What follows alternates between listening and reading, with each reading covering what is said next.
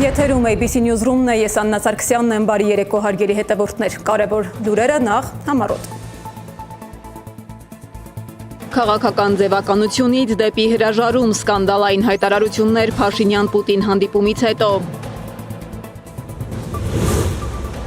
Ինչ տեղի ունեցավ Մոսկվայում դիվանագիտական հանդիպում էր, թե կոշտ ուղերձների փոխանցման հարթակ, Վլադիմիր Պուտինի արտահայտությունների տողատակերը։ Երկաթուղի առանց Երևանի կամ խաղից դուրս մնացող Հայաստան, ովքեր են գծում տարածաշրջանի երկաթուղային նոր քարտեզը։ Դավիթ Մինասյանի դասընկերներն ու նրանց ծնողները չեն հաշտվում 18-ամյա տղայի կալանքի հետ, ՄԱԿ-ից են արդարություն պահանջում։ Իրանը չի հանդուրժի պատերազմի, բանակցությունների և հրադադարի արատավոր շրջանը, Մերձավոր Արևելքում լարվածությունը չի թուլանում։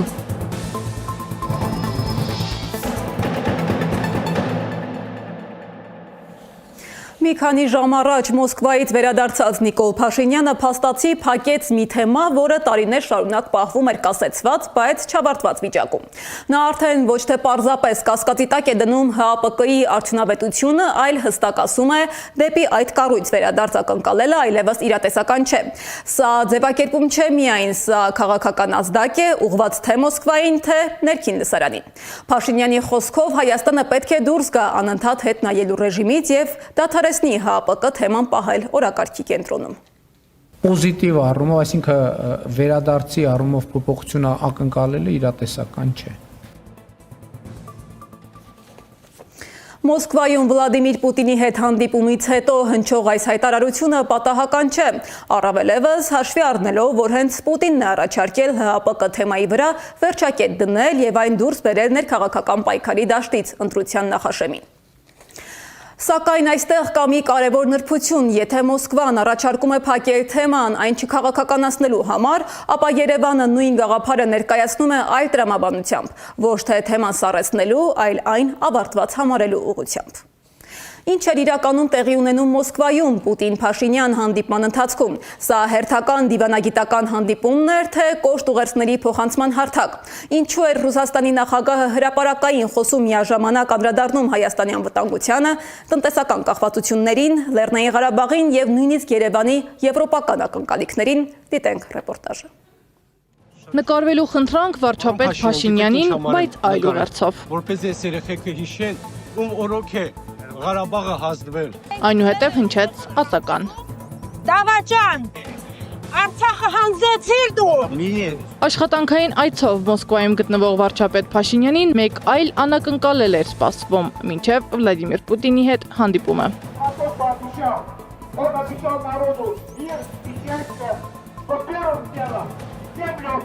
Միջադեպերից ժամեր անց մեկնարկեց Փաշինյան-Պուտին հանդիպումը։ Օրակարգում մի շարք հարցեր էին ներառված՝ Արցախյան շարժում, նախընտրական փուլ, քաղբանտարկյալներ, ԵՄ, ԵԱՏՄ ընտրություն եւ այլն։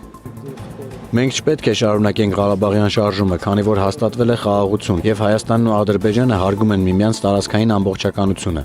Քաղաքագետ Ստեփան Հասան Ջալալյանը անիրատեսական է համարում Փաշինյանի հայտարարությունը։ Արցախյան շարժումը մեկ մարդ չի սկսել, որ մեկ մարդ էլ ավարտին հասցնի։ Աստված մի արած չէ, Հայաստանի Հանրապետությունը, Հայաստանի Հանրապետության ղեկավարությունը ճանաչի Արցախ-Ադրբեջանի կազմում, դա չի նշանակում, որ Արցախի հայության ինքնորոշման իրացված իրավունքի հարցը մեջտեղից դուրս է գալիս, ոչ, այդպիսի բան չկա, այո, դա ցավալի է, դա ողբերգական է, դա ամոթալի է, որ Հայաստանի ղեկավարը կարող է նման դատողություն արտաբերել, բայց դրանով չի նշանակում, որ վերջ, փակվեց Արցախի հարցը, ավարտված է, այլևս խաղաղություն հաստատվեց, ոչ։ Փաշինյանը հանդիպմանը խոսել է Հայաստան-Ադրբեջան հարաբերությունների մասին, Պուտինին ասել ոչ միայն Թրամփի, այլև նրա ներդրումն է մեծ, արձագանքելով Պուտինն ասել է.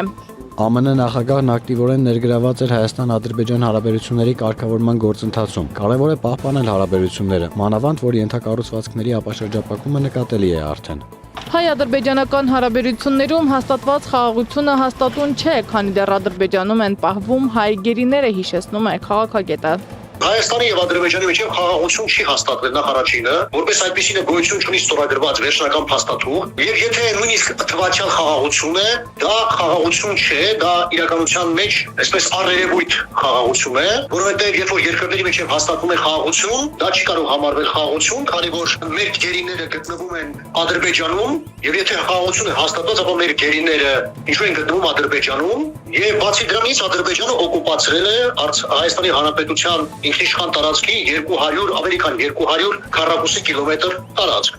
Վերադառնալով Պուտին-Փաշինյան հանդիպմանը, ՌԴ նախագահը խոսել է անազատության մեջ գտնվող գործիչների եւ առաջիկա ընտրության մասին, նշել ռուսական կողմը կցանկանար, որ այդ մարդիկ կարողանային մասնակցել ներքաղաքական գործընթացներին։ Գիտենք, որ Հայաստանում առաջիկայում ընտրություններ են։ Մոսկվան ունի շատ ընկերներ գործարարների շրջանում։ Մի քանիսը նրանցից, որ ունեն Ռուսաստանի Դաշնության անձնագիր, գիտեմ, գտնվում են անազատության մեջ։ Իհարկե դա ձեր որոշումն է, բայց կցանկանայինք, որ նրանք բոլորը կարողանան մասնակցել ներքաղաքական գործընթացներին։ Ի պատասխան վարչապետ Փաշինյանը ասաց, Հայաստանում ընտրություններին կարող են մասնակցել միայն Հայաստանի Հանրապետության անձնագիր ունեցող քաղաքացիները։ Քաղաքագետ Մենուա Սողոմոնյանի կարծիքով Փաշինյանի Ռուսաստանի Դաշնություն այցի իրական նպատակներից մեկը նախընտրական տրամադրությունները հասկանալն էր։ Նա գնացել է Մոսկվա ճշգրտելու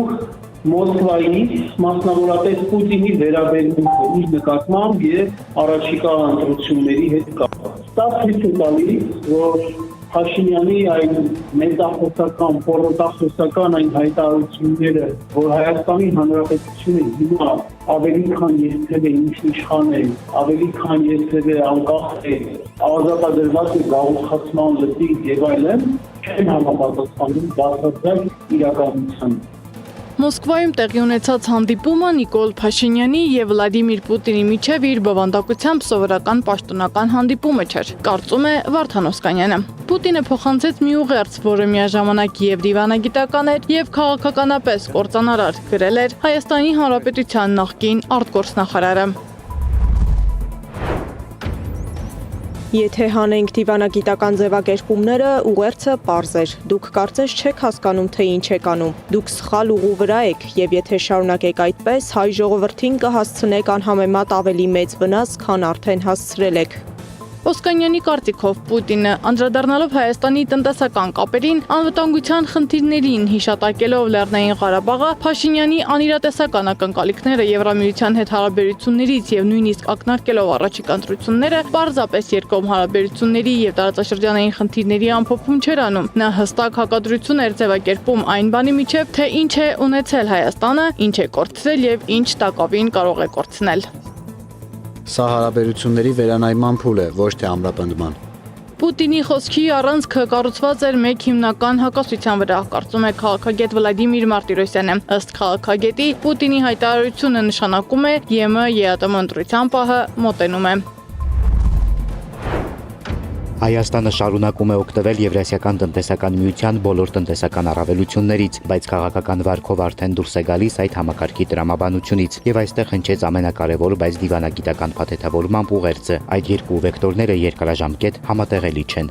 Ըստ Մարտիրոսյանի, Պուտինի ամենահանգիստ, բայց ամենակոշտ շեշտադրումը վերաբերում էր գազի գնի մասին հայտարարությանը։ Հայաստանը գազի գինը ստանում է քաղաքական սուբսիդիայով, եւ հենց այստեղ է գլխավոր մեսիջը, ըստ Մարտիրոսյանի, քաղաքական սուբսիդիան չի կարող գոյություն ունենալ քաղաքական անհամաձայնության պայմաններում։ Եթե հարաբերությունները վերակառուցվում են, առաջինը վերանայվելու է հենց սա։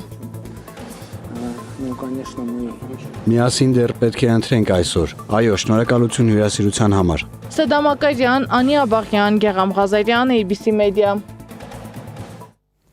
Իսկ ինչ է նշանակում, երբ երկրի ղեկավարը միջազգային բարձր մակարդակի հանդիպման է ներկայանում ոչ թե պարզապես պետական խորհրդանիշով, այլ քարտեզով։ Եթե նկատեցիք, Փաշինյանը Պուտինի մոտ գնացել էր, ինչպես ինքն է ասում, իրական Հայաստանի քարտեզով, որի վրա չկա Արցախը։ Սա ոչի ընտրություն է, թե հաշվարկված քաղաքական ուղերձ։ Դիվանագիտական արարողակարգում որքանով են նման սիմվոլիկ դետալները ընկալվում որպես հաղորդագրություն։ Դիվանագետն է մեկնաբանել։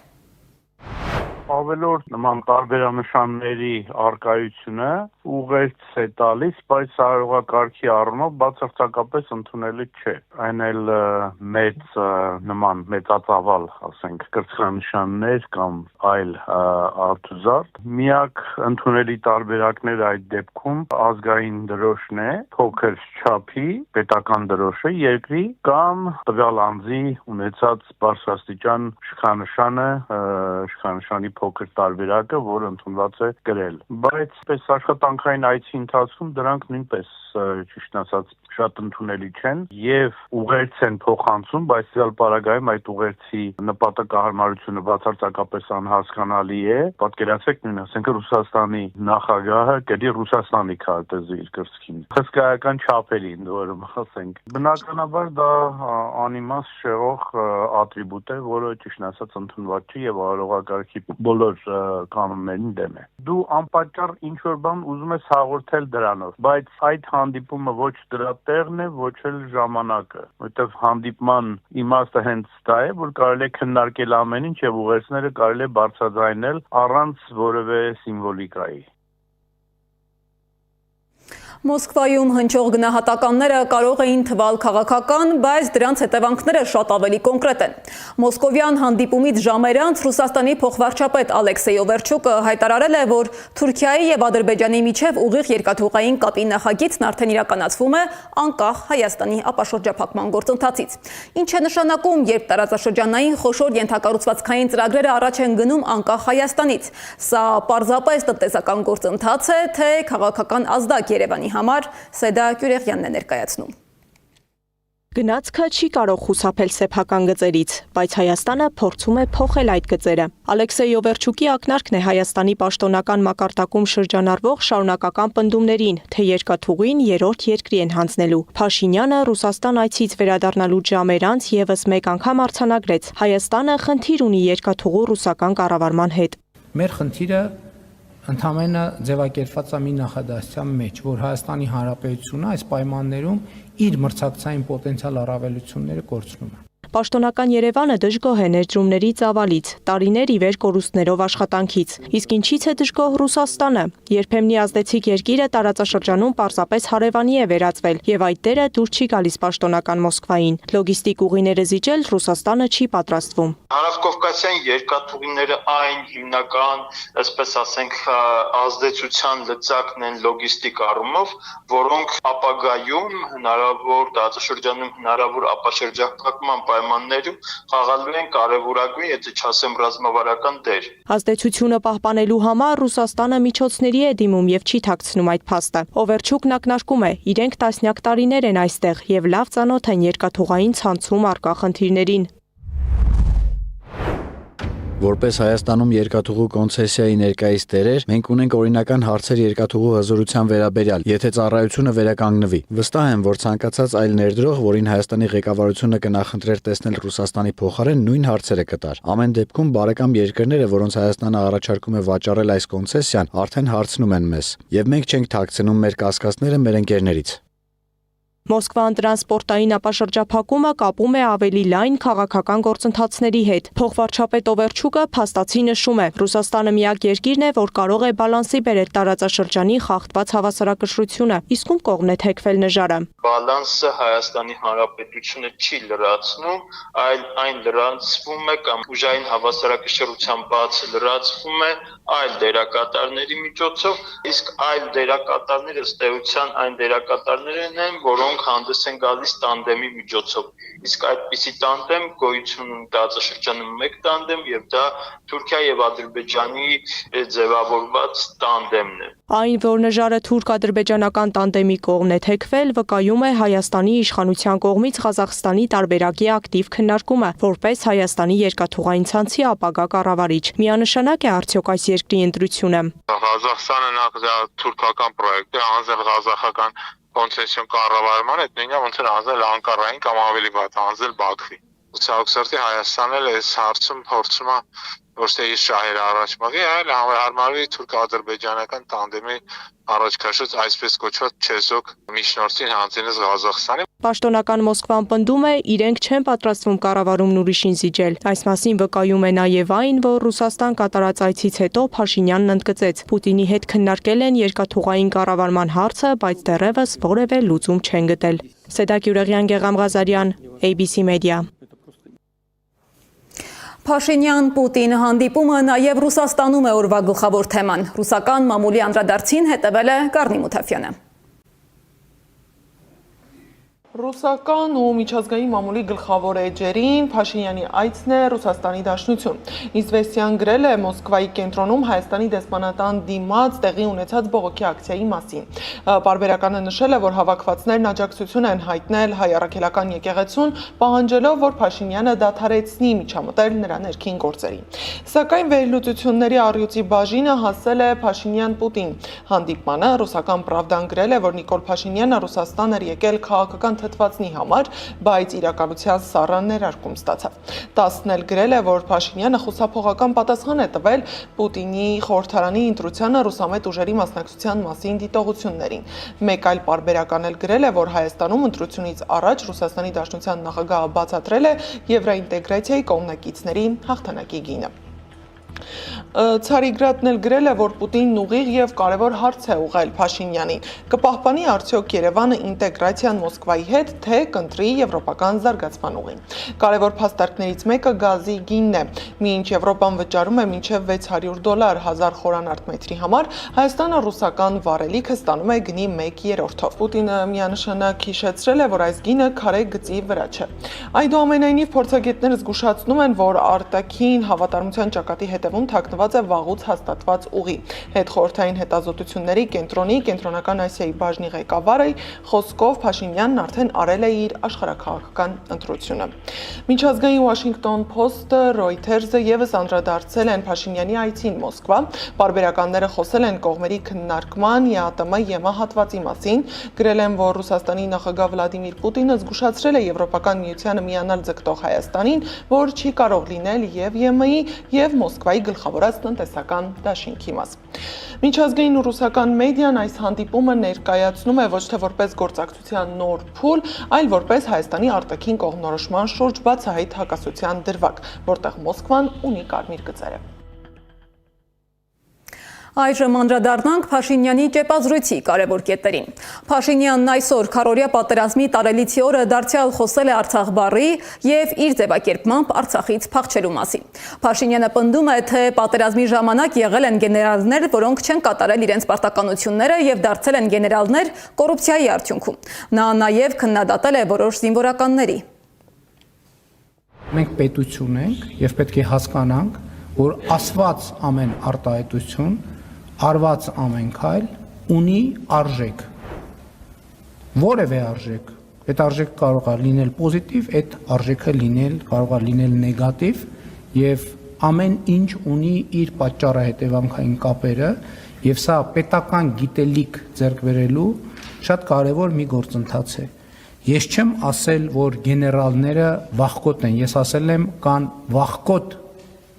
գեներալներ եւ դասալիքներ եւ այո նրանցից շատերը դատվում են մյուս մենք ունենք թալանչի գեներալներ որոնք անցնում են ապօրինի գույքի գործով եւ մենք ունենք կոռուպցիայի գործերով անցնող գեներալներ եւ գեներալի ուսադիրը ոչ մեկին ընդհանրապես ես կարծում եմ որ մենք հերոս բառը պետքա շատ զգուշ օգտագործենք որովհետեւ այնքան օգտագործել ենք այդ բառը որ ըստ էության ստացվում է որ մենք իրական հերոսներին լղոզել ենք վերբալ հերոսների մեջ։ Պատերազմի տարելիցի առիթով ռազմաքաղաքական գործիչներն ու զոհվածների հարազատներն են այսօր այցելել Եռաբլուր։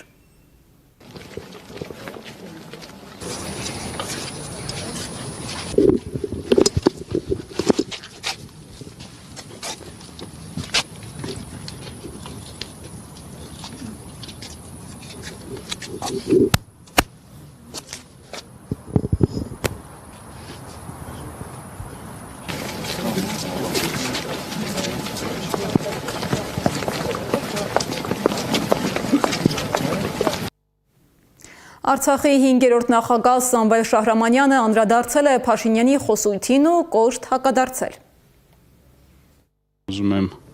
հիշեցնել նման խոսույթ իրականացնող անձանց, որ իրենք են եղել քաղաքական եւ դիվանագիտական առաջնագծում եւ հենց իրենց գործողությունների շնորհիվ է, որ այսօր արցախցիները հայտնվել են նման իրավիճակում եւ հայ ժողովուրդը կորցրել է Արցախը եւ օկուպացված է այսօր Հայաստանի Հանրապետության զգալի տարածքներ։ Իսկ այսօրվա կառավարության նիստի ժամանակ որևէ հիշատակում չի եղել քառօրյա պատերազմի տարելիցին։ Պատերազմները երբեք միայն թվեր չեն լինում, դրանք չեն չափվում միայն քարտեզներով կամ հրամաններով։ Պատերազմներն ունեն անուններ, ունեն դեմքեր, կիսատ մնացած պատմություններ։ Ապրիլյան պատերազմը հենց այդպիսինն է, մեր հիշողության մեջ ապրող անունների շարք՝ Ռոբերտ, Արմենակ, Քյարամ, Ադամ, անուններ, որոնք այլևս պարզապես անուններ չեն, այլ ճակատագրեր։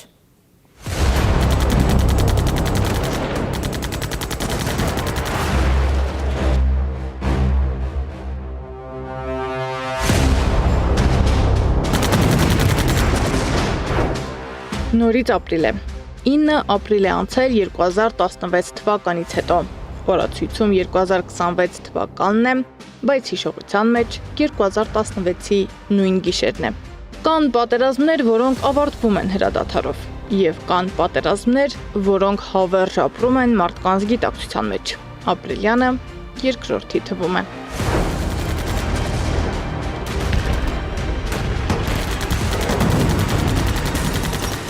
Այդ օրերին դեռ շատերը չէին հասկանում ինչ է կատարվում։ Սահմանային լարվածություն տերմինն արագ վերաձևակերպվեց լայնածավալ պատերազմ եզրույթի։ Իսկ պատերազմը անուններ ստացավ։ 20 տարեկան տղաների անուններ, երազանքների անուններ, որոնք կիսատ մնացին։ Նրանցից մեկն Ադամ Սահակյանն էր։ Երբ որ դուռը բացում եմ, երբ ներս եմ մտնում, միևնույն է ասում եմ բարև տղես, բարև Ադամս, խոսում եմ իր հետ մտովի, երբեմն ինչ-որ անելանելի վիճակից դուրս գալու համար իրենից խորհուրդ եմ հարցնում եւ պատկերացրեք ինչ-որ մի ձևով տեսնում եմ այդ ճանապարհը։ Հետո ինձ փոփում են, ես էլի եմ ասել եւ նորից եմ ասում, ինձ փոփում են մարդիկ, որոնք անչափ սիրում են իրեն։ Ես շնորհակալ եմ այդ մարդկանցից, որովհետեւ իրենք զգում են Ադամին։ Այսօր այդ տղաների լուսանկարները կախված են նրանց հայրական տներում, դպրոցներում, բակերում։ Նրանք չեն մեծացել, չեն ծերացել։ Ժամանակը նրանց ծնողների համար կանգ է առել։ Յուրաքանչյուր ապրիլ նորից սկսվում է նույնը, նույն ցավը, նույն դատարկությունը։ Կորուստը ցավը անգնահատելի, անսահման է։ Չէ, չի թեթևացնում։ Ասենք մեր կյանքը երկարացնում են sense այդ որ յուրաքանչյուր հայ են հայը, որը զգում է թե ինչ բան է հերոսը, այն հերոսը, որ այդ պատերազմի դաշտում է, հերոս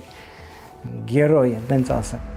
Ադամը սիրում էր հայրենիքը։ Միթե կարելի է առանց սիրո գնալ ամենամեծ զոհողությանը։ Ինքն իրեն հարցնում է մայրը։ Իր չափով, իր գնով եւ իր ճշմարտությամբ իհարկե ապրիլյան պատերազմը հաղթանակ էր, միանշանակ։ Ցավոք սրտի հիմա այդ ամենը կիսատ է, քանի որ մեր երկիրը ամբողջական չէ,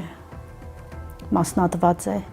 Ապրիլյան պատերազմը այո կարճ էր, բայց այն ցույց տվեց հայ զինվորը չի նահանջում, երբ խոսքը հայրենիքի մասին է։ Այն ցույց տվեց, որ նույնիսկ ամենադժվար պահին հնարավոր է կասեցնել թշնամուն եւ պահել սեփական հողը։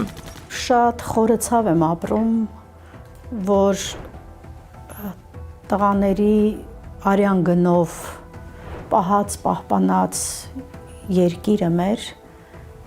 հիմա ցավոք սրտի գուցե նաև ժամանակավորապես, այդպես հուսանք, որ ժամանակավորապես մեզ հետ չէ։ Անցած 10 տարիներին Սահակյանների ընտանիքը գտել է ցավը մեղմելու մեթոդը՝ սեր, որը զգում են անծանոթներից։ 10 տարիների ընթացքում չեն դադարել այցելությունները Սահակյաններին, բոլորն իրենց հետ փոքրիկ նվերներ են բերել, Ադամին հիշեցնող։ Ու հիմա տան պատերը, դարակները փոքրիկ թանգարան են հիշեցնում։ Մեր ժողովուրդը իր ազգային հերոսի կոչում, ասեմ, այդ կոչումը տվել է։ Արցախն այլ սիրով է սիրել Ադամը։ Հեվի Երևանից վազել դեպի Պաշտելի Արցախ, որի հետ յուրահատուկ կապվածություն է ունեցել։ Ինքը մինչ այդ նախքան որ մեքենան պետք է մոտենար մեզ, անդադ նայում էր ժամացույցին, ինձ թվում էր ինքը շտապում էր, ես զգում էի, որ ինքը շտապում էր, որ մի ոտք առաջ հասներ այնտեղ, այդպիսի կապվածություն էր, այդպիսի սեր էր, դա անբացատրելի ինչ-որ մի բան էր։ Սահակյանների մյուս փոփանքը 5-ամյա Ադամն է, Ադամ Սահակյանի եղբոր որդին։ Վերջին անգամ հարցրեց, որ տատիկ կուզես Ադամ Հոպարին, հերոս Ադամին, Հոպարին գրկես։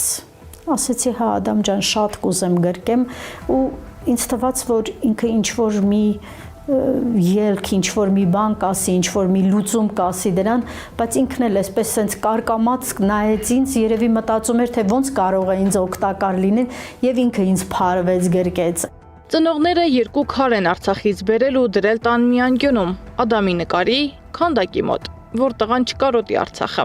Հիմա այդ քարերը ոչինչի հետ փոխել չեն ուզում Սահակյանները։ Հայրենիքի մի կտորն իրենց սրտի ու տան անկյունում են պահում։ Մինչև նորից ոտք կդնեն Ադամի պահած դիրք։ Սեդա Մակարյան, Էդիկ Մալաքյան, Տարոն Ղանդիլյան, Նոնա Գևորգյան, ABC Media։ Մեր զինվորների հերոսություններից բացի չեն մոռացվում նաև այդ օրերին թշնամու վայրագությունները, խոշտանգումներ, գնդակահարություններ, մարդկանց մորթ, սրանք ոչ թե գնահատականներ են, այլ արձանագրված փաստեր, որոնք 10 տարի անց փորձում են մոռացության մատնել կամ նույնիսկ շրջել հենց մեր դեմ։ Անի Աբաղյանի ռեպորտաժը։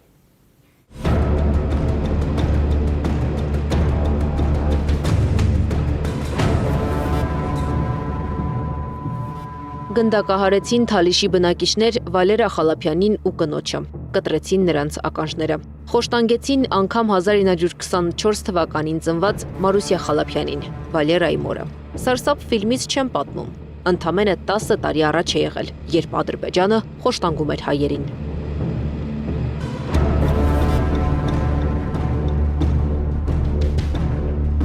2016-ի ապրիլյան պատերազմի առաջին զոհերից էր 12-ամյա Վաղինակը։ Երեխաներ կան դրսում վիրավոր, ես ու մայրիկը դուրս եկանք, ընկեր Գրիգորյանին գայանաքույրիկին։ Բաղաշակի մամային տեսանք այնտեղ, հետո ձեռքեր անունուց վազում են։ Վաղինակ Գրիգորյանը դպրոցական պայուսակը ուսին է զոհվել։ Ադրբեջանական արկը դպրոցի մոտ էր ընկել։ Վաղինակը դպրոց չհասավ։ Վիրավորվեց ճանապարհին ու մահացավ հիվանդանոցում։ 10 տարի առաջ այս օրը լավ է հիշում մարտունեցի Արտակ Մկրտչյանը։ Նա ուսանող էր, Շուշիում էր սովորում։ Արտակի դասի գնալու ճանապարհն էլ կիսատ մնաց։ Մինչև կոնկրետ ես դիրքեր բարձրանալը Մարտունիում լուր պատտվեց, որ մարտունեցի յուրին է զոհվել Մադաղեսում եւ մենք Մարտունիում ունեինք 2 յուրի, ովքեր ծառայում էին Մադաղեսում, դեռ չգիտեինք որ մեկն է, մեկուսն էլ ընկեր, երկուսն էլ համարյա մի փողոցում էինք ապրում, բայց արդեն պարզվում է, որ մեր կոնկրետ իմ հարևան ու ընկեր յուրին է զոհվել եւ ցավոք ես չեմ հասցնում ներկա գտնվել իր հոգեհանգստին եւ հոգավորությանը, քանի որ արդեն այդ ժամանակ մեկնել է դիրքեր։ Բարբերաբար ռմբակոծվում էին Մարտունին, Մարտակերտը, Հադրութի մի քանի գյուղեր։ Ադրբեջանի ուղիղ նշանառության տակ էին խաղաղ բնակիչները։ Սա վայրագություն էր, որ իրականացվել է եւ դա ես 2 դեպքերը միակը չեն, ելի եմ կրկնում, ապրիլյան պատերազմում մենք տեսանք Ադրբեջանի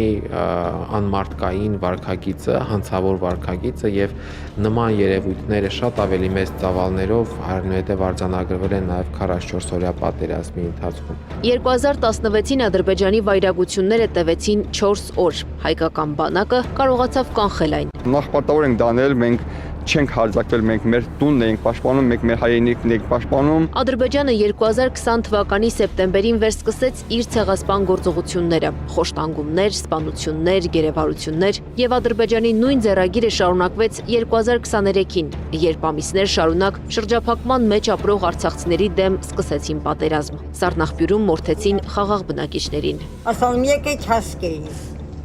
Թորնս ձերքերը լողանալիս սկսալ են երատալ։ Այնա տղաս եկալա թապրտել դիշի, արա թորս դիշկյամ, թագյում քյում դիշ եկ շեի։ Դիշում եկավ, ասես լավ ժակետս այնալ մաղակամը որ դերած։ Լավ ժակետս երում կալալ դիշ եկա։ Իրական պատմություններ են, որոնց մասին չի ցանկանում խոսել պաշտոնական Երևանը։ Փոխարենը խոսում է իր հայրենակիցներին մորթողի հետ խաղաղության մասին, իսկ դրա դիմաց ստանում նոր պահանջներ։ Ինչքան հակառակը, ինչքան մենք թույլատնենք այս խոսույթը, ինչքան մենք պահանջատեր չլինենք, մեր իրավունքների հետևից չգնանք, չասենք, որ էթնիկ զտում է եղել Արցախի ժողովրդի նկատմամբ, ցեղասպանություն է կատարվել, դրան ի հակադրություն Ադրբեջանը շատ ավելի մեծ ծավալներով, շատ ավելի մեծ։ Տեսեք հիմա ով է դրա մասին խոսում։ Խոսում է այսպես կոչված մարդու իրավունքների հանձնակատար մի մարդ, որը ոչ մարդ բառի հետ կապ ունի, ոչ իրավունք բառի հետ կապ ունի եւ որի աչքի առաջ 120,000 մարդ մատնվում էր սովի, 30,000 երեխա մատնվում էր սովի ու ինքը ձեն ու ծպտուն չէր հանում, բայց հիմա միջազգային հարթակներում խոսում է ադրբեջանցիների նկատմամբ իրականացած է։ Սա ցինիզմի ամենավերջին մակարդակն է։ Թշնամու ձեռագիրը չի փոխվել քարորիա պատերազմից մինչև 2023-ի տեղահանություն։ Հայաստանի դիրքորոշումն է փոխվել, փոխելով նաև հայկական Արցախի ճակատագիրը։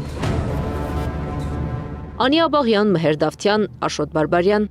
ABC Media։ Երբ տարածաշրջանում ակտիվորեն շրջանառվում են փոխադարձ մեղադրանքներ, զուգահեռաբար փոխվում են նաև ազդեցության գոտիները, արդեն տնտեսական ու ենթակառուցվածքային նախագծերի մակարդակում։ Այս ֆոնին անորոշության կենտրոնում է հայտնվել խաղաղության խաչմերուկի դեր ստանձնած TRIP նախագծի ճակատագիրը։ Ծրագիր, որը ժամանակին ներկայացվում էր որպես տարածաշրջանային գործակցության առանցք, այսօր կարծես դուրս է մղվում տարածաշրջանի հիմնական խաղացողների առաջնահերթություններից։ Ինչ է փոխվել, ինչու է հետաքրքրությունը նվազել եւ ինչ հետևանքներ կարող է դա ունենալ Հայաստանի համար, ռեպորտաժում։ TRIP-ը այլևս առաջնահերթություն չէ Միացյալ Նահանգների համար։ Այս մասին իրենց պաշտոնական եւ ոչ պաշտոնական հայտարարություններում չեն թաքցնում անգամ Հայաստանի բարձրաստիճան պաշտոնյաները։ Իշխող ուժը չի խոսում անգամ հստակ ժամկետների մասին։ Մենք ասում ենք, որ ուզում ենք նենց լինի, որ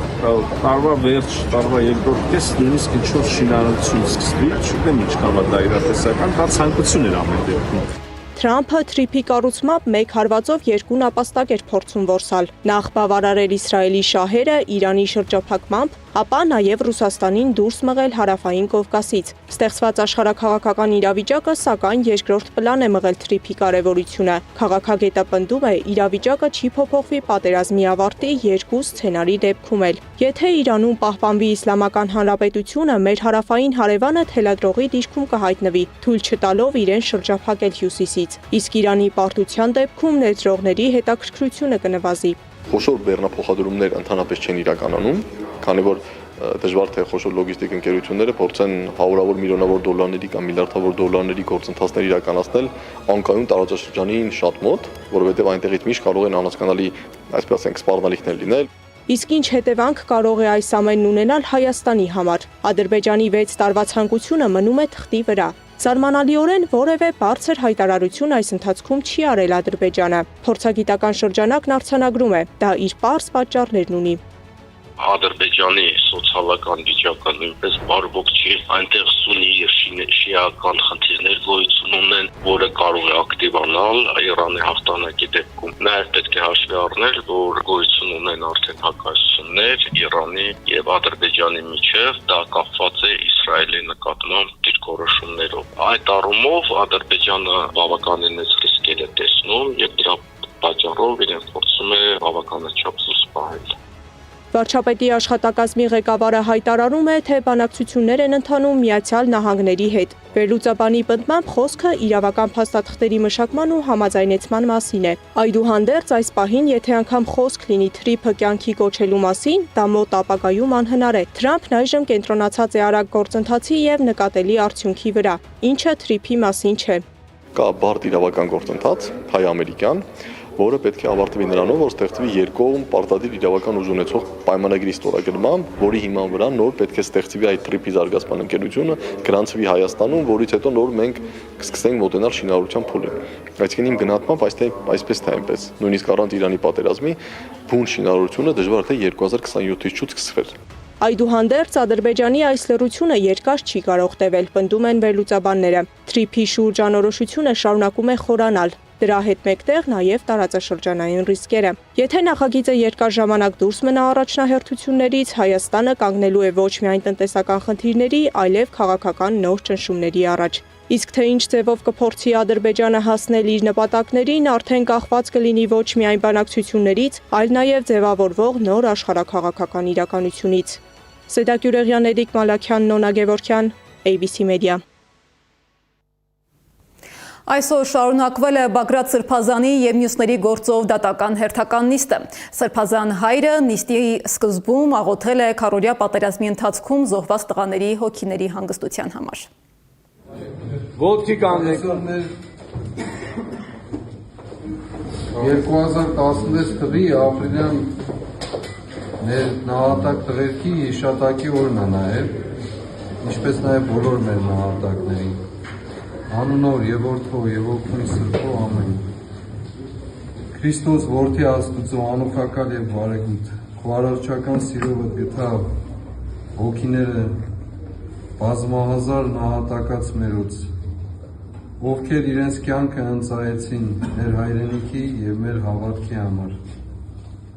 Հիշիր նրանց երկված քո մեծ արքայությամբ, արարժանի ողորմության, քավության եւ մեղքերի թողության։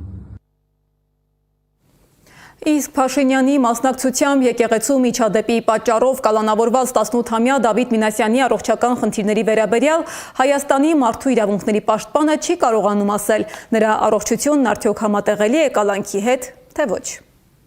Միջադեպը միանշանակ պետք է դառնա քննության առարկա, ընդ որում կապ չունի թե ում գործողությունների մասին է խոսքը, բնականաբար յուրաքանչյուրի գործողությունը պետք է դառնա քննության առարկա,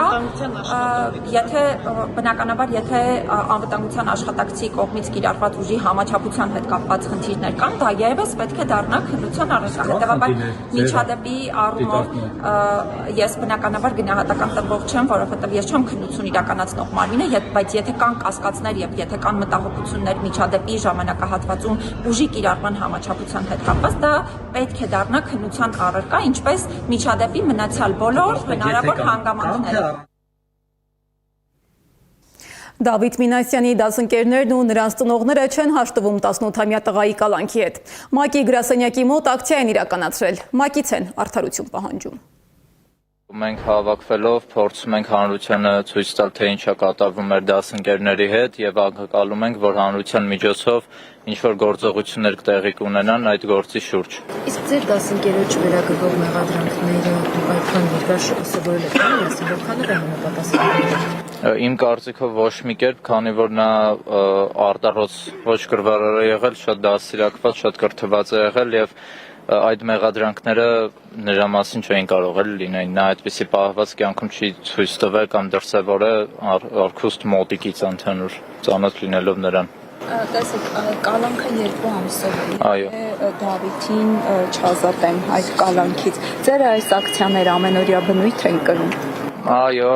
կրելու են, մինչև այդ կալանքը փոխվի կամ գոնե տնային կալանք տրվի, ինչ որ գործողություններ լինեն, քանի որ այդ ամեն ինչը դրսևորում է, մենք գիտենք մեր Դավիթին եւ գիտենք ինչպես է իրավիճակը, ինչ դրսևորում պետք է լինի եւ մեր պահանջը նույնպես գիտենք։ Հիմա ՄԱԿ-ից ինչ ակնկալիք ունեք, որ գրասենյակի դիմաց եք ակցիա անում։ Մեր ակնկալիքը հետեւյալն է, որպեսզի միջազգային հանրությունը ուշադիր լինի եւ տեսնի, թե ինչ է տեղի ունենում Հայաստանի Հանրապետությունում,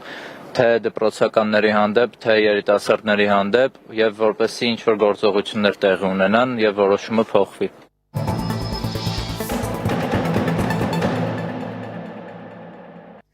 Մերձավոր Արևելքում վիճակը չի հանդարտվում, թեպետ Իրանի նախագահը բաց նամակով դիմել է ամերիկացիներին վստահեցնելով, որ իր ժողովուրդը թշնամանք չի տածում այլազգերի, այդ թվում Միացյալ Նահանգների եւ Եվրոպայի երկրների նկատմամբ։ Նախագահը նշել է, որ ԱՄՆ-ն Իրանի դեմ պատերազմի մեջ է մտել որպես Իսրայելի այսպես կոչված խամաճիկ, որը փորձում է շեղել ուշադրությունը Պաղեստինի հարցից։ Իսկ Իրանի արտաքին գործերի նախարարության ներկայացուցիչ Էսմայիլ Բաղային հայտարարել է, որ Իրանը չի հանդուրժի պատերազմի, բանակցությունների եւ հրադադարի արատավոր շրջանը։ Շարունակվող հակամարտությունն աղետալի է ոչ միայն Իրանի, այլև ամբողջ տարածաշրջանի համար եւ դրանից դուրս։ Մենք բազմիցս ասել ենք, որ վճռական ենք շարունակել մեր բարիդրացիական հարաբերությունները նրանց բոլորի հետ։ Իրանը կշարունակի հակահարված տալ այնքան ժամանակ, քանի դեռ շարունակվում են Միացյալ Նահանգների եւ Իսրայելի հարվածները, եւ մենք մեր Պարսից ծոցի հարևաններին թշնամի չենք համարում։ Այժմ լրահոսն այսքանն էր, շարունակեք հետևել մեր հրապարակումներին, բայց չթողնելու համար ամենաթարմ նորությունները։ Հաջողություն։